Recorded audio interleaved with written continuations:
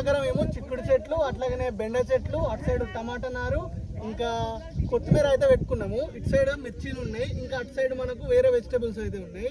మేము మా పొలం దగ్గర చిన్న ఒక మడిలెక్కి, ఒక గుంటల మడిలెక్కి ఏర్పాటు చేసుకొని ఇక్కడైతే మేము ఆర్గానిక్ వెజిటబుల్స్ అయితే పండిస్తున్నాము.